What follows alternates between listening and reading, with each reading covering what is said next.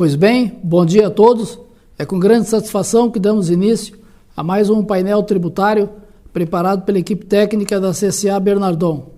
Eu me chamo Reginaldo da Silva dos Santos, vou tratar da legislação federal e, na sequência, o colega Luiz Antônio irá tratar da legislação estadual e também da legislação federal no que diz respeito ao IPI. Pois bem, com relação à legislação federal, o assunto que a gente traz para apresentar aos senhores diz respeito às alterações agora ocorridas por último, ligada ao PIS e a COFINS, as contribuições. A primeira alteração que diz respeito a essas contribuições é relativa ao crédito presumido sobre serviço prestado por transportador de carga, pessoa física autônomo e pessoa jurídica optante pelo Simples Nacional. Pois bem, com relação a essa questão, nós temos a Lei 14.440, de agora de 2022, ela tinha lá na sua aprovação inicial a previsão da alteração desse crédito presumido, que foi vetado pelo presidente da República, Jair Bolsonaro. Agora, esse veto foi derrubado, de forma que o crédito presumido da aquisição de serviço de pessoa física autônoma e transportador do Simples, ele passa a ser estendido a todas as pessoas jurídicas e não mais apenas as empresas de transporte. A legislação anterior ela previa que a empresa de serviço de transporte rodoviário de carga, que subcontratar o serviço de autônomo de pessoa do Simples, podia tomar o crédito presumido na base de 75%. Agora não mais. Com essa alteração prevista pela Lei 14.440, o crédito presumido ele é extensivo às pessoas jurídicas que contratem serviços de transporte de carga prestado por a pessoa física, transportadora autônomo, e pessoa jurídica, transportadora optante pelo Simples Nacional. De modo que, a partir do dia 20 de dezembro, a pessoa jurídica, 22 de dezembro, a pessoa jurídica que contratar serviço de autônomo para transportar as suas mercadorias para venda ou na compra, ela poderá então tomar o crédito presumido de 75% do desembolso. E ao mesmo tempo, se ela contratar empresa transportadora do Simples Nacional, ela vai tomar o crédito presumido de 75% também. Então, essa alteração, o que ela se resume? Até então, o crédito presumido sobre o autônomo e pessoa jurídica do Simples, na base de 75%, era somente para as pessoas jurídicas transportadoras, que tributam seu lucro com base no lucro real. Agora, a partir de agora, todas as pessoas jurídicas, quando o frete for direito a crédito, na contratação desse frete vão tomar direito o crédito presumido. Então, as empresas que fazem frete sobre vendas, até a data anterior a essa alteração, a pessoa jurídica que contratava a empresa do Simples, ela podia tomar o crédito de 100% sobre o valor pago. A partir de agora, não mais, só na base de 75%. Mas, em contrapartida, ela poderá tomar crédito também na base de 75% sobre o frete pago a autônomo, pessoa física. Então, essa é uma das alterações que entraram em vigor no dia 22 de dezembro.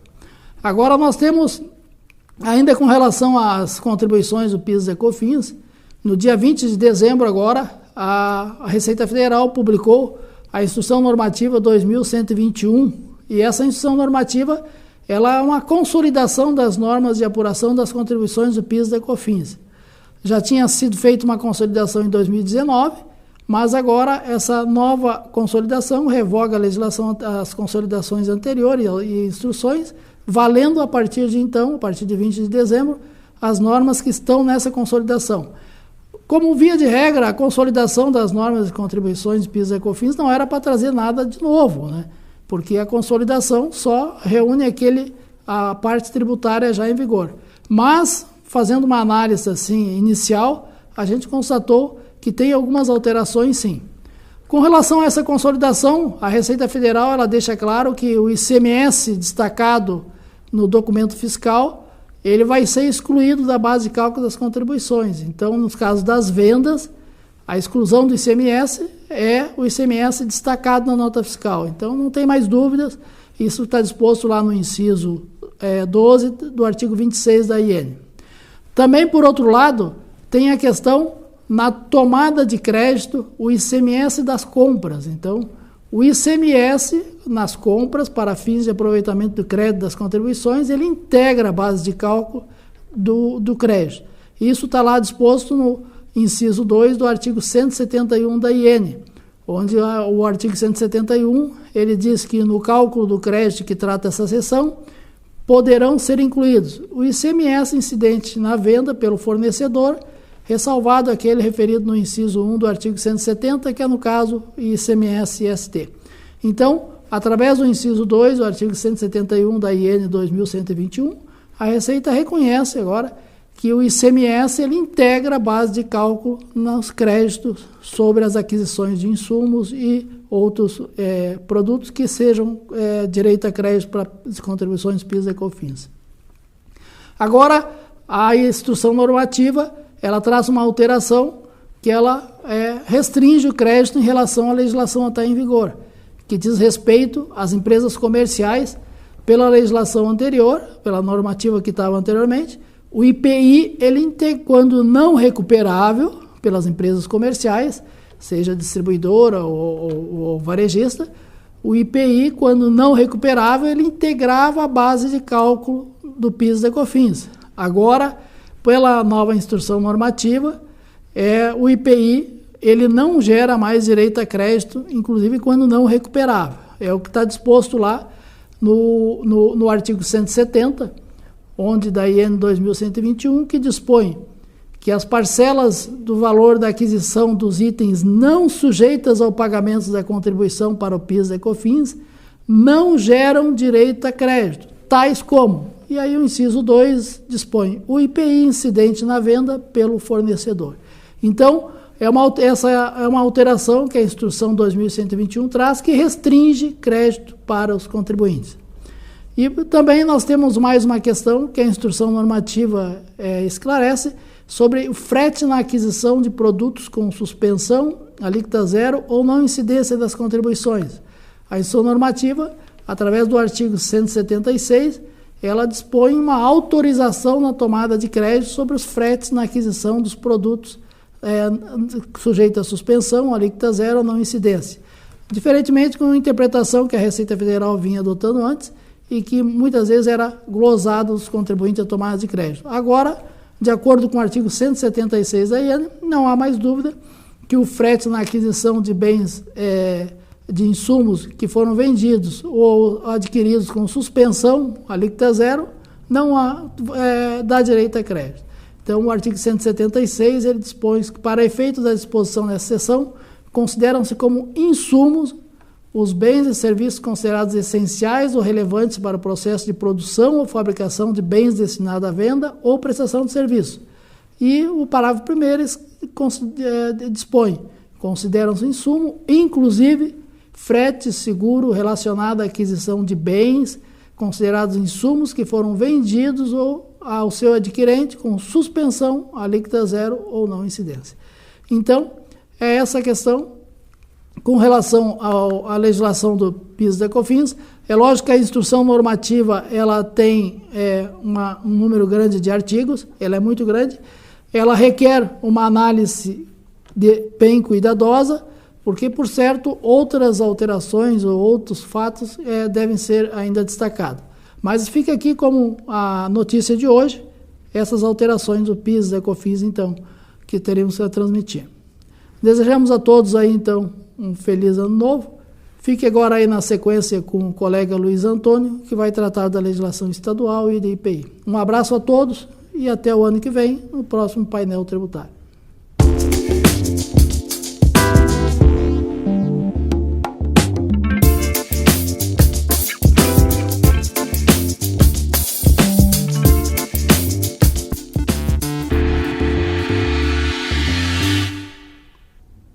Bom dia a todos. Então, dando continuidade ao painel tributário da CCA, vamos tratar inicialmente da legislação federal do IPI, que houve uma alteração, e posteriormente vamos tratar então da legislação estadual do ICMS. Então, nesta primeira parte, então, tratamos então sobre a adequação da tabela do IPI às alterações da NCM, ou seja, a nomenclatura comum do Mercosul. Houve a publicação de um ato declaratório da Receita Federal que alterou a tabela do IPI, internalizando as alterações que ocorreram através da resolução número 390 de 2022 e resolução 412. O anexo 1 do ato declaratório, ele trata das alterações de código de classificação que vigoram a partir de 1º de janeiro de 2023, com as descrições dos produtos observadas as respectivas alíquotas, que englobam basicamente algumas posições dos capítulos 40, 47 e 87. O anexo 2 traz códigos que foram criados na tabela do IPI para vigorarem a partir de 1º de janeiro de 2023, também com as suas respectivas descrições e alíquotas, sendo os códigos de classificação pertencentes aos capítulos 39, 76, 87 e 90. Por outro lado, então, foram suprimidos da tabela do IPI, também a partir de 1º de janeiro de 2023, os códigos de classificação 39, 08, 10, 24 e 90, 18, 39, 24.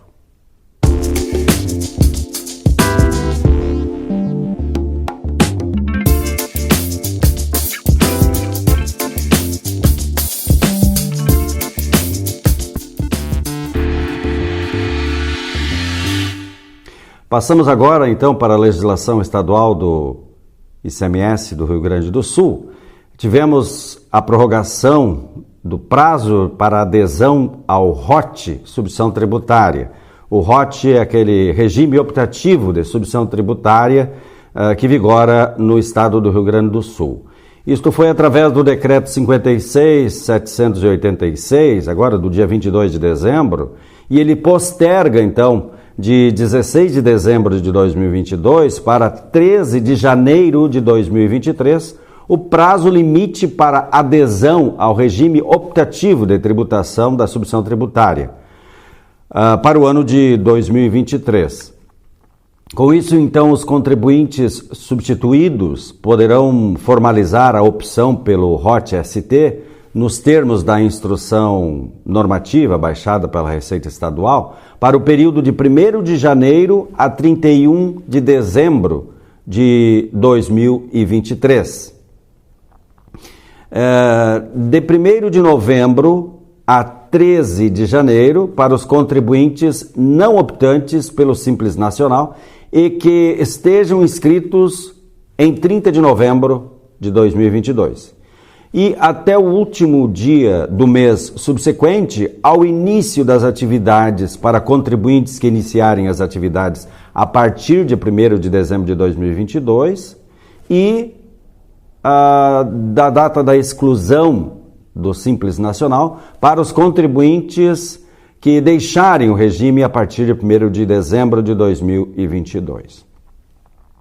Um outro assunto é a questão do DIFAL, o diferencial de alíquota, né, que foi disponibilizado um módulo de apuração, né, para as operações que são realizadas com destinatários não contribuintes e não inscritos no ICMS do estado do Rio Grande do Sul. Temos o portal do DIFAL, né, que disponibilizou esse novo módulo para apuração e emissão das guias para pagamento do DIFAL devido nas operações interestaduais destinadas a consumidores finais não contribuintes do ICMS. Então, trata-se de uma ferramenta, né, que facilita o pagamento do diferencial de alíquota devido nas operações interestaduais destinadas a consumidores finais não contribuintes do estado do Rio Grande do Sul. O contribuinte, então, de outra unidade da federação poderá, com o seu certificado digital, né, poderá acessar então as notas fiscais eletrônicas emitidas, nas quais houve o destaque do ICMS devido à unidade de destino, no caso o Rio Grande do Sul, com ou sem incidência da parcela do Ampara, e gerar inclusive as guias de recolhimento correspondente a cada uma das operações. A ferramenta também disponibiliza então e permite, né, que as guias de arrecadação sejam geradas em lotes para todo o período selecionado. Neste caso será gerada uma GNRE, a Guia Nacional de Recolhimento de Tributos Estaduais, para cada nota fiscal emitida. Caso a mesma nota fiscal eletrônica possua destaque do valor do ICMS interestadual da unidade federal de destino e do valor do ICMS do Ampara, no caso, para o Rio Grande do Sul, serão emitidas então 2 GNREs, uma para cada natureza do tributo. A geração em lote poderá ser feita tanto para a nota fiscal eletrônica, com destaque do ICMS interestadual da unidade federada de destino, quanto para aquelas com destaque do ICMS do Fundo de Combate à Pobreza, que no Rio Grande do Sul é o chamado Ampara. Assim, esse módulo de apuração, inicialmente para a unidade favorecida do Rio Grande do Sul, encontra-se disponível na área de serviço desse portal a partir já de 21 de dezembro de 2022, agora. A transação permite ao contribuinte identificado pelo certificado digital pesquisar notas fiscais por ele emitida, com destaque do DIFAL e Fundo de Combate à Pobreza, e gerar a Guia Nacional de Recolhimento de Tributos Estaduais para pagamento desse tributo, tendo o Rio Grande do Sul como unidade favorecida.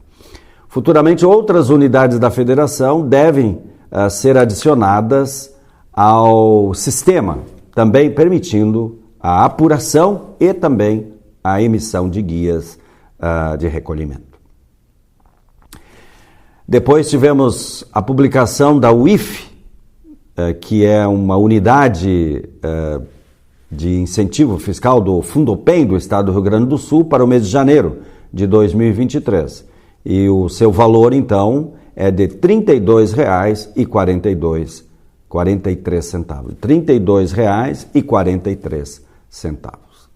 Então, estas eram as informações da área fiscal envolvendo o IPI e também o ICMS do Estado do Rio Grande do Sul.